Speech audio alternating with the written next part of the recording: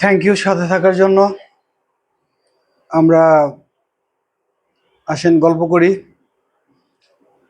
নরেন্দ্র মোদীর অপারেশন সিন্দুর শেষ হইল, শেষ ঘোষণা করলো, সমাপ্ত ঘোষণা করলো এবং কিছু আলোচনা করলো, মিথ্যা ডাহা মিথ্যা কিছু কথাবার্তা বললো, যেটা আমরা এখন বুঝবো। আমরা আসেন দেখি যেমন নরেন্দ্র মোদী কে। নরেন্দ্র মোদীর অপারেশন সিন্দুর, নরেন্দ্র মোদী কে। নরেন্দ্র মোদী কি সিন্দুর ঠিক মতো লাগাইতে পারছে কিনা তার বোর কপালে, সেটা আসেন আমরা শুনি। নরেন্দ্র মোদী হলে এরকম একজন কাপুরুষ যে বিয়ের রাতে পালায় গেছে গা। বিয়ের রাতে হয়তোবা ইতিহাস যারা জানেন তারা হয়তোবা জানেন, আর যারা হয়তোবা এটা না শুনছেন বা ইতিহাস যারা না ঘাটেন তারা হয়তোবা জানবেন না যে নরেন্দ্র মোদী বিয়ার দিন মনে করেন যে বউ রাইখা বউরে সিন্দুর না পড়াই পালায় গেছে গা। নরেন্দ্র মোদীর কিন্তু বউ খুঁজে পাবেন না। আপনি কি কোনো অনুষ্ঠানে বা তার বাড়িতে বা কোথায় হয়তোবা বিশ্বের কোনো দরবারে নরেন্দ্র মোদীর বউ দেখছেন সাথে? বউ দেখলে আমাকে বলেন, কমান্ডে বলেন যে হ্যাঁ দেখছি। কিন্তু আমি তো রিয়েল ঘটনা জানি, যেটা যে নরেন্দ্র মোদী মনে করেন যে তার এই বিয়ার রাত্রি সে পালায় গেছে গা। অর্থাৎ বউর কপালে সিন্দুর না দিয়ে সে পালায় বাইকে বাইকে গেছে গা বউ থুইয়া। এখনো বউটা আছে, বউটা টিচারি করে, বউটা বউর মনে করেন যে এর পর্যায়ে থাকে। আর নরেন্দ্র মোদীর পর্যায়ে থাকে আর কি। তো এই যে তার বোর কপালে সিন্দুর দিতে পারে নাই, পলায় গেছে গা, ও তো যুদ্ধক্ষেত্র থেকে পালাবেই। এটা তো 100% কনফার্ম যে সে যুদ্ধক্ষেত্র থেকে পলায় আসবে। এখন সে বলছে আজকা যে মানে পাকিস্তানের ঢুইকা সে জঙ্গিবাদের অর্থাৎ ইউনিভার্সিটি ভাঙ্গিয়া তছনছ করে দিয়ে আসছে। 8টা 9টা ইউনিভার্সিটি ভাঙ্গিয়া তছনছ করে দিয়ে আসছে। আমরা কিন্তু সবাই দেখছি যে, যেটা হয়তো বা লাইভ দেখছি বা ইয়েতে দেখছি, পরে ভিডিওতে দেখছি যে বিভিন্ন মসজিদ মাদ্রাসা এবং সাধারণ মানুষের বাড়িঘর গুলা ভাঙছে, তাই না? এখানে কোনো ইউনিভার্সিটি ভাঙে নাই, আর কোনো জঙ্গিও পাওয়া যায় নাই, সাধারণ মানুষ মারছে। কিন্তু নরেন্দ্র মোদী জানতো না যে ককপিটে তার জন্য কি অপেক্ষা করতেছে, যে এইভাবে যে তার জন্য জম অপেক্ষা করতেছে, সেটা সে কখনো জানতো না। সে হয়তোবা ভুল করছে, ভুল কইরা পাড়া দিছে। আর আমি এর আগের ভিডিও তো বলে রাখছিলাম যে চোরাবালিতে পা দিছে, যদি এই চোরাবালিতে ও যদি সার্জিক্যাল স্ট্রাইক করে তাইলেও মরবো, আর সার্জিক্যাল না স্ট্রাইক না করলেও মরবে, এখনো মরবে। এখনো তার বিরোধী দল যারা আছে, রাহুল গান্ধী, এরা তার কাছ থেকে হিসাব চাচ্ছে যে কেন তুমি এখান থেকে ফিরে আইসা পড়লা, আমেরিকা তোমার কি বলছে সেটা বলো। সেটা আমাদের আমাদের অ্যাসেম্বলি ডাইগা অথবা আমাদের কাছে জবাব দাও, জবাব দিয়ে করতে হবে যে কেন তুমি ফিরে আইসা পড়লা। এখন সে বলছে যে খুব ভালোভাবে সার্জিক্যাল স্ট্রাইক করছে, জঙ্গি মারছে, বহুত কিছু মারছে। এরে যে মার দিছে, এরে যে 6-0 গোলে হারাইছে, যে 6-0 গোল, আর 6টা ফাইটার ফালাই দিছে। তারপরে আর ব্রহ্ম অস্ত্র যদি কাজ করতো তাহলে নরেন্দ্র মোদী কখনো এই অপারেশন থেকে ফিরে আসতো না।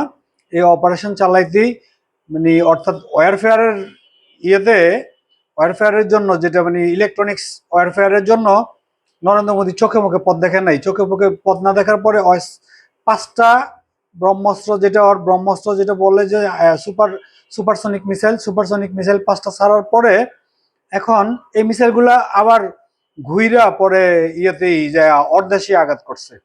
অর্ধেশে আঘাত করছে অর্থাৎ মিসাইল তার লক্ষ্যবস্তু থেকে ফিরে আসছে, ফিরে আইসা তার দেশে আঘাত করছে। দেশের আঘাত করার পরে এবং তার বিমান চলে গেছে, বিমান চলে যাওয়ার পরে 5টা বিমান ঘাঁটি তছনছ করে দিছে। 5টা বিমান ঘাঁটি দিছে আর 15টা শহর যখন তছনছ করছে, তখন দেখছে যে আমার কোনো অস্ত্রই আর পাকিস্তানের কাছে কাজ হবে না।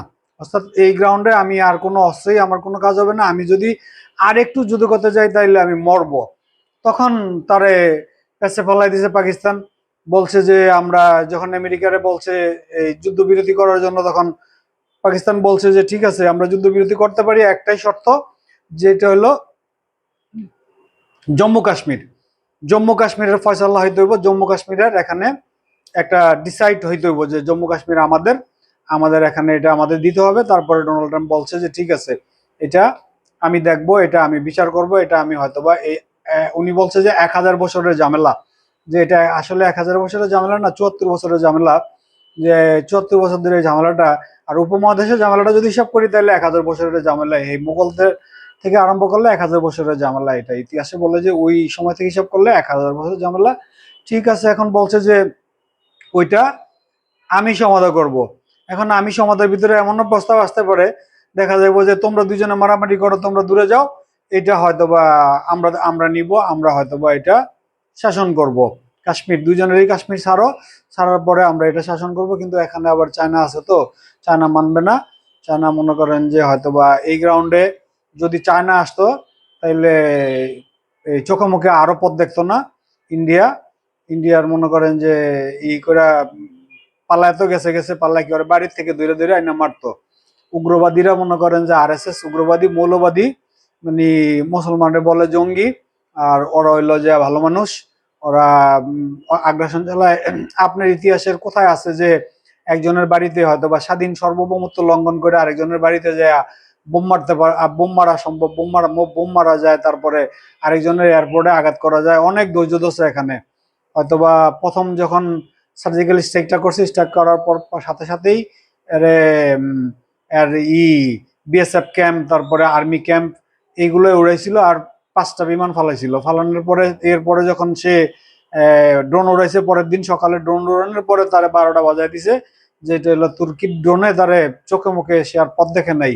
আমি প্রথমে বলছিলাম যে আমার অনেক ভিডিও আছে যে আমি বলছি যে এখানে টেকনোলজির খেলা হবে, এখানে প্রচলিত কোনো যুদ্ধ হবে না, টেকনোলজি যুদ্ধ হবে। এখন মোদি হাইরা গেল, এখন মোদি তো হাইরা ভাইগা যেতে পারবে না। এখানে তৃতীয় শক্তির কাছে অলরেডি সাইন করা আছে, আমেরিকার কাছে সে যুদ্ধবিরতি সাইন করছে যে কাশ্মীরের মীমাংসা সে করবে। কাশ্মীরের একটা এখন যদি সে বলে যে আমি কাশ্মীর ডিসাইড করব না, তাহলে তার গাট্টা বাড়ায় ধরবো, গাট্টা বাড়ায় ধরে বলবে যে স্যাংশন নাও, স্যাংশন নাও। তুমি হয়তো বা কথা দিয়ে কথা রাখলা না, তুমি স্যাংশন নাও। তোমার বিভিন্ন ব্যবস্থায় তারে নিয়ে আসবে, তারে মনে করেন যে স্যাংশন দিবে, তারে বাণিজ্যিক অবরোধ দিবে, বিভিন্ন সমস্যা ফালাই দিবে তারে।